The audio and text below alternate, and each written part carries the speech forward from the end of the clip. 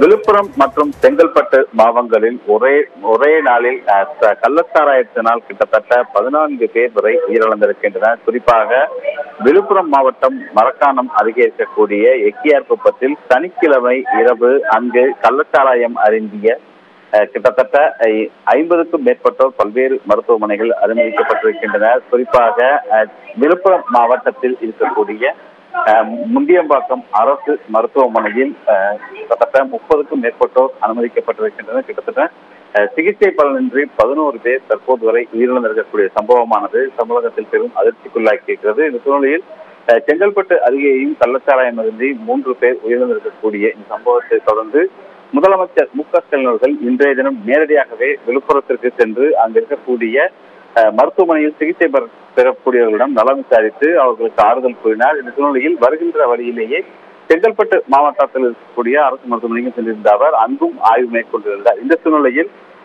முதலமைச்சர் மு.க.ஸ்டாலின் தரப்பில் ஒரு ஆய்வுக் கூட்டம் ஒன்றும் நடத்தப்பட்டுள்ளது. இந்த ஆய்வுக் கூட்டத்தினுடைய முடிவின் அடிப்படையில் செங்கல்பட்டு மற்றும் விழுப்புரம் மாவட்டங்களில் இந்த துயரமான சம்பவங்களுக்கு காரணமான குற்றவாளிகள் மீது சட்ட ரீதியான நடவடிக்கையானது எடுக்கப்படும் என்று தெரிவிக்கப்பட்டிருக்கிறது. அதே சமயம் நிர்வாக ரீதியாக விழுப்புரம் மாவட்ட காவல் கண்காணிப்பாளர் மற்றும் விழுப்புரம் மற்றும் செங்கல்பட்டு மாவட்ட மதுவிலக்கு பிரிவு துணை காவல் கண்காணிப்பாளர்கள் தற்காலிக பணியிடை நீக்கம் செய்யப்படுகிறார்கள் என்றும் அறிவிக்கப்பட்டிருக்கிறது. மேலும் செங்கல்பட்டு மாவட்ட காவல் கண்காணிப்பாளர் பணியிட மாற்றம் செய்யப்படுகிறார் என்றும் முதலமைச்சர் மு.க.ஸ்டாலின் அவர்கள் அறிவித்திருக்கிறார்.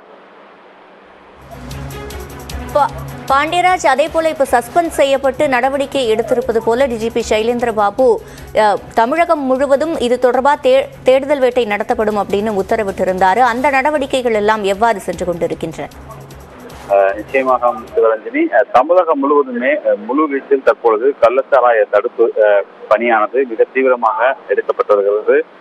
திருவண்ணாமலை, கடலூர், விழுப்புரம், புதுக்கோட்டை உள்ளிட்ட பல்வேறு மாவட்டங்களில் தீவிர சோதனையானது மேற்கொள்ளப்படுகிறது. மேலும் சாராய வியாபாரிகளிடமிருந்து சாராயங்களும் பறிமுதல் செய்யப்பட்டு சாராய விற்பனையில் ஈடுபடுபவர்கள் கைது செய்யப்பட்டிருக்கிறார்கள். தமிழகம் முழுவதுமே இந்த தீவிர தேடுதல் வேட்டையானது நடைபெற்றுக் கொண்டிருக்கிறது. அதே சமயத்தில் இந்த மெத்தனால் என்ற பொருள் கலக்கப்பட்டதனாலேயே விழுப்புரத்தில் அதிக பேர் உயிரிழந்ததாக தகவலும் வெளியாகிறது. எனவே அந்த மெத்தனால் என்பது மருத்துவம் மற்றும் ஆலைகளுக்கு பயன்படுத்தக்கூடிய ஒரு பொருள் என்பதால் அதை தவிர்த்து வேற ஏதாவது கள்ளச்சந்தையில் விற்கப்படுகிறதா என்பது குறித்தான விசாரணையும் முடுக்கி விடுக்கப்பட்டிருக்கிறது. ஒட்டுமொத்தமாக தமிழகம் முழுவதும் கள்ளச்சாராயத்திற்கான தடுக்குகின்ற விதமாக பல்வேறு நடவடிக்கைகளானது காவல்துறை மற்றும் அரசு துறையால் மேற்கொள்ளப்பட்டு வருகிறது.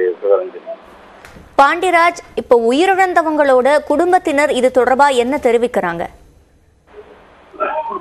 நிச்சயமாக சிவரஞ்சனி, இந்த உயிரிழப்பு என்பது என்னதான் அரசாங்கம் பல்வேறு தடுப்பு நடவடிக்கைகளை எடுத்து வந்தாலும் கூட கள்ளச்சாராயம் என்பது ஆங்காங்கே ஒரு சில மாவட்டம், குறிப்பாக இந்த பிற மாநில எல்லையோரம் வசிக்கக்கூடிய பகுதிகள் மற்றும் மலையோர இருக்கக்கூடிய கிராமங்களில் இது போன்ற சட்டவிரோதமான நடவடிக்கைகள் தொடர்வதாக பார்க்கப்படுகிறது. குறிப்பாக விழுப்புரம் மற்றும் புதுச்சேரி எல்லையில் இருக்கக்கூடிய இந்த பிரச்சனையானது அதே போல ஆந்திர மாநில எல்லையில் இருக்கக்கூடிய வேலூராக இருக்கட்டும், அதே போல திருவண்ணாமலை உள்ளிட்ட இந்த மலையோர கிராமங்களிலும் இந்த நடவடிக்கையானது இருக்கிறது. இதனை முற்றிலுமாக ஒழிக்க வேண்டும், மேலும் இது மீண்டும் தொடரக்கூடாது என்பதே இந்த விஷயத்தில் பாதிக்கப்பட்டவர்கள் தமிழக அரசு மற்றும் முதலமைச்சரிடம் கோரிக்கை வைத்திருப்பதாக தகவலாகிறது.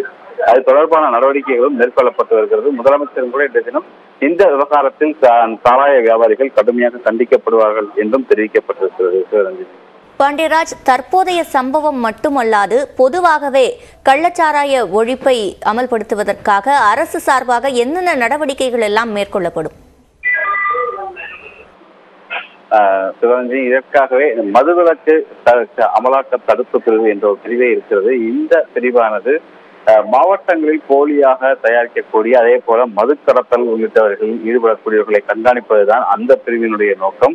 ஏற்கனவே விழுப்புரம் பாண்டிச்சேரிக்கு அருகே இருப்பதன் காரணமாக அந்த பகுதியிலிருந்து பிற மாநில மது வகைகள் கடத்தப்படுகிறது. அதே போல புதுவை மாநிலத்தில் சாராயம் அங்கு நடைமுறையில் இருக்கக்கூடிய சூழ்நிலை அங்கிருந்தும் நடைபெறுவதாக ஏற்கனவே குற்றச்சாட்டு. எனவே இந்த மதுவிலக்கு தடுப்பு பிரிவு என்பது பிற மாநிலங்கள் அதே போல சட்டவிரோதமாக தனிநபர்களோ அல்லது ஒரு குழுவோ இந்த கள்ளச்சாராயங்களையோ தயாரிப்பதை தடுக்கின்ற விதமாக பல்வேறு நடவடிக்கைகள் எடுக்கப்பட்டுள்ளது.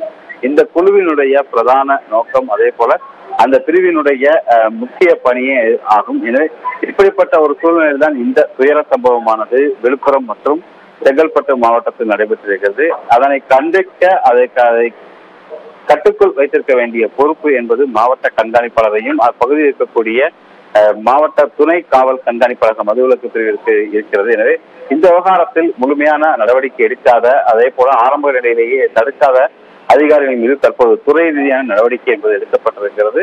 அதே போல கள்ளச்சாராய விற்பனையை தடுக்கின்ற விதமாகவும் மேலும் தயாரிப்பை தடுக்கின்ற விதமாகவும் பல்வேறு சோதனைகளுக்கும் தற்பொழுது தமிழ்நாடு டிஜிபி அவர்கள் உத்தரவிட்டிருக்கிறார். அதன் அடிப்படையில் பணிகளும் நடைபெற்று வருகிறது. சிவரஞ்சனி, கள்ளச்சாராய விற்பனையில் ஈடுபடுவோர் மீது சட்ட ரீதியாக என்னென்ன நடவடிக்கைகள் எடுக்கப்படும் பாண்டியராஜ்?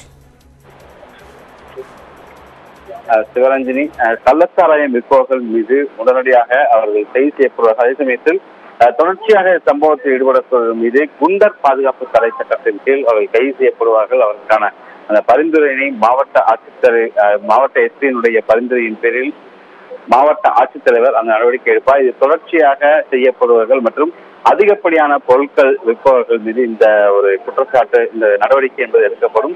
அதே போல அவர்களுக்கான அந்த பொருட்கள் விற்பனை செய்யக்கூடிய நபர்கள், அதே போல பொருட்களை மொத்தமாக வாங்கி விற்கக்கூடிய நபர்கள் மீது இந்த குண்டர் பாதுகாப்பு சட்டத்தின் கீழ் பல்வேறு நடவடிக்கைகள் எடுக்கப்படுகின்றது. தொடர்ச்சியாக அவர்கள் செய்யக்கூடிய அந்த குற்ற சம்பவத்தினுடைய அடிப்படையில் அந்த தண்டனை என்பது வழங்கப்பட்டு வருகிறது. சிவரஞ்சனி, கள்ளச்சாராய விற்பனையில் பலர் உயிரிழந்த நிலையில் செங்கல்பட்டில் தற்போது நடவடிக்கை எடுக்கப்பட்டிருக்கிறது. அதேபோல விழுப்புரம் எஸ்பி சஸ்பெண்ட் செய்யப்பட்டிருக்கிறார். மொத்தம் 11 பேர் இந்த கள்ளச்சாராய விற்பனையால் உயிரிழந்திருக்கின்றனர்.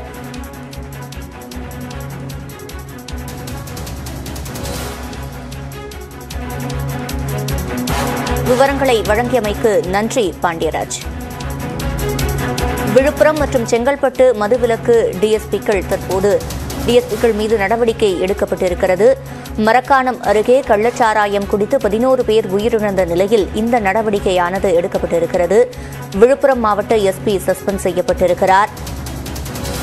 11 பேர் பலியானதைத் தொடர்ந்து இந்த நடவடிக்கையானது எடுக்கப்பட்டிருக்கிறது.